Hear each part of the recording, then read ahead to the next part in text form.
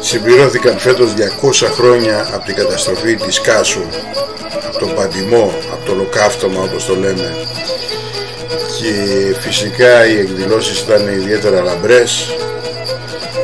Το εικόνισμα της Παναγίας της Βρυσιανής πέρασε από το Μεσογόρι στην Κάσο.